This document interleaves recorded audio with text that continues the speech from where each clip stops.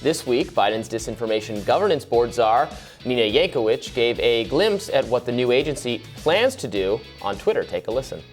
And I am eligible for it because I'm verified. But there are a lot of people who shouldn't be verified who aren't, legit, in my opinion. I mean, they are real people, but they're not trustworthy. Anyway, so verified people can essentially start to edit Twitter the same sort of way that Wikipedia is, so they can add context to certain tweets. So just as a easy example, not from any political standpoint, if President Trump were still on Twitter and tweeted a claim about voter fraud, someone could add context from one of the 60 lawsuits that went through the court, or something that an election official in one of the states said, perhaps your own Secretary of State and his news conferences, something like that. Adding context so that people have a fuller picture rather than just an individual claim on a tweet. Yeah, I mean, if that isn't just the exact statement of the censorship that she would seek to bring. Now, I'm a little unclear exactly what she's talking about. You can't edit other people's tweets. Is she saying she would seek the power, or she would like to have the power to edit other people's tweets? I think it seems like this is a policy that might be coming down the pike, that verified Twitter users. From Twitter, but she's not part of Twitter. I mean, the idea of verified Twitter users having the unique ability to add context to tweets does strike me as not great policy, just because there are so many. I mean, Twitter verification doesn't mean anything about your integrity as a commentator. It does just mean that you're a real person. I am who I say I am, unlike how I believe Wikipedia works, where it is your kind of behavior on the site and your like pattern of adding good content to pages that gets you the credentials to keep doing so. Right. Yes, I agree. So what I think she was probably referring to, but was kind of butchering what it actually is a program Twitter has in sort of pilot mode right now called Birdwatch, where right now it's only people who are part of Birdwatch, but the idea is to expand it, I think, to everyone, to all Twitter users, not just blue check marks. Anyone you can't edit somebody else's tweet, obviously, that would be insane. But what you can do is post a kind of special reply, like you can fact check, but what's good about it is instead of the site or its designated fact checkers, like on Facebook, the fact checking is done by these designated activist groups that are terrible. The idea would be just anyone can add a fact check and say, no, this isn't true. Or you can add this is true, and your feedback can be, this is a good tweet for this reason. Well, who's fact checking those people? But then you can do it to them too. So it could just be this endless. Isn't that just Twitter?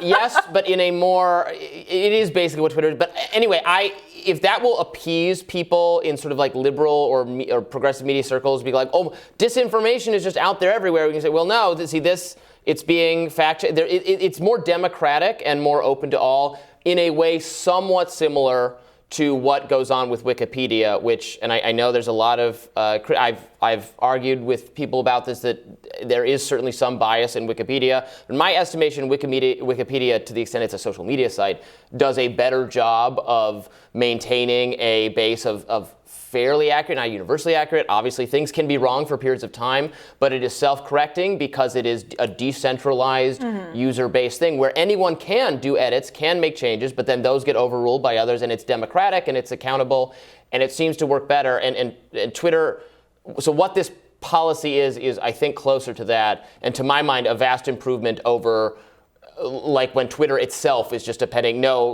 content or saying, we think this content might be false or something, or what Facebook's does, which again cedes all power to a handful of just insane leftist activist groups on climate issues and COVID issues. All right. They have essentially libeled me on numerous occasions. As we've discussed, the moderators over at Facebook are not exactly leftist, seeing as how they're suppressing a lot of left content. I was talking to someone on my call-in show last night who was mentioning that she's a part of some maybe it was an environmental group. Oh no, it was like an abortion rights group, and that Facebook is basically suppressing anybody from promulgating messaging around abortion because it's considered to be a certain kind of political content that can't be boosted by advertising dollars. So that's a whole separate thing. That's the moderators. I was talking about the fact check. But the people on both sides, I think, of the political spectrum are being censored by Facebook in meaningful ways.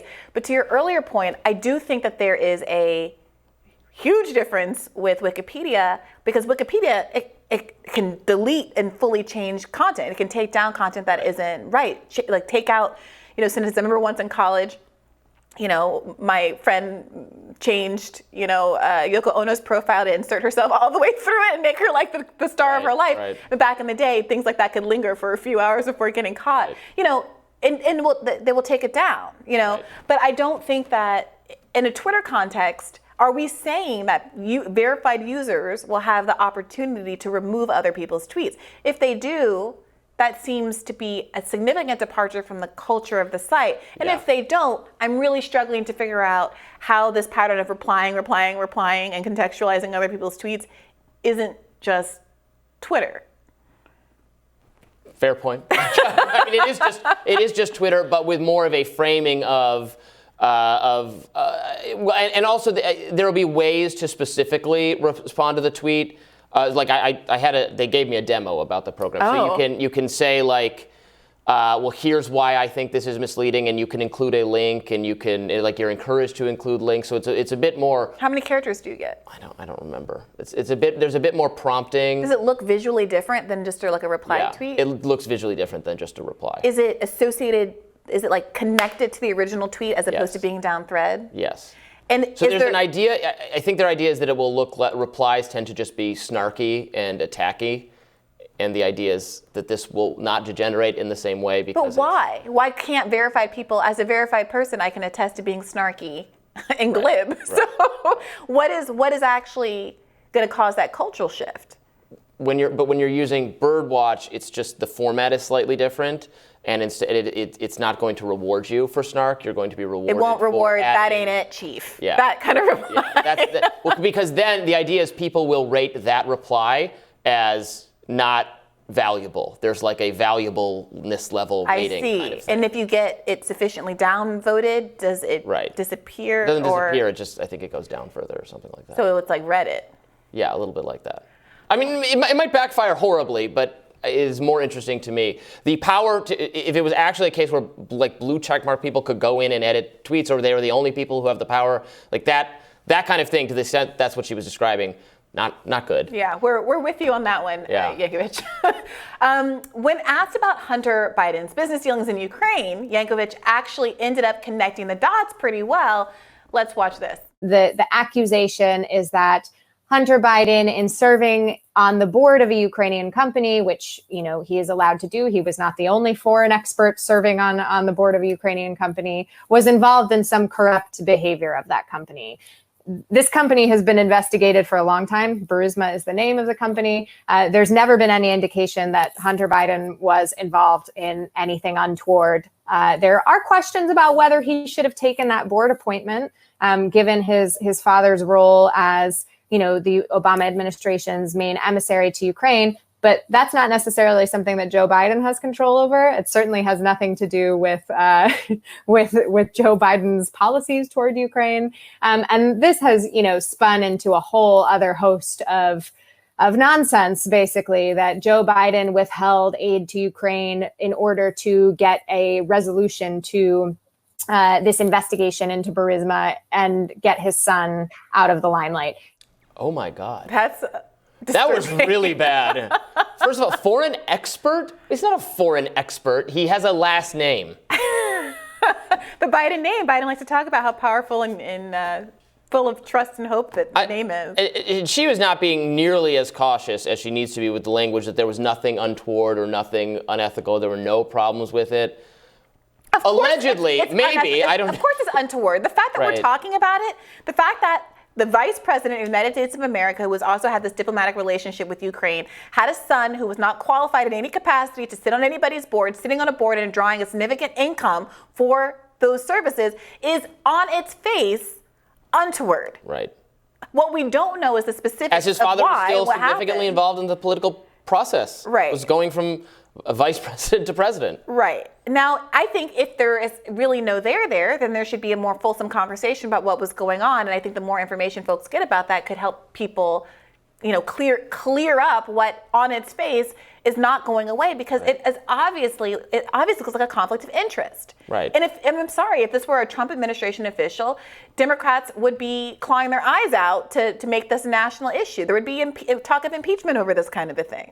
Yeah, look, I'm open, I guess, to the argument that maybe this is more trivial than Republicans are making it out to be. We certainly don't know enough to make that determination Right. yet. The idea that it's crazy to contemplate that there is something really troubling here is not something a disinformation czar should be maintaining. That is itself disinformation. Yeah, as these people always inevitably end up spreading the very sorts of lies they claim to be policing. Do we know anything about the context of these recordings? Were they meant to be public? I don't know. Well, they didn't look very private. Yeah, I mean, it is, on one hand, terrifying to think that these are conversations happening behind closed doors, but also terrifying in a different way in terms of how much hubris is in the room if these are the kinds of conversations that are happening publicly, that they don't even understand how this sort of thing would be perceived and how it would undermine the credibility of their project. I was just waiting for her to break into song. I know you liked it. Everyone has to acknowledge that after listening to it 2 or 3 times, they're kind of on board with her musical theater talent. No. The world might be a better place if she steps away from politics and back toward musical theater.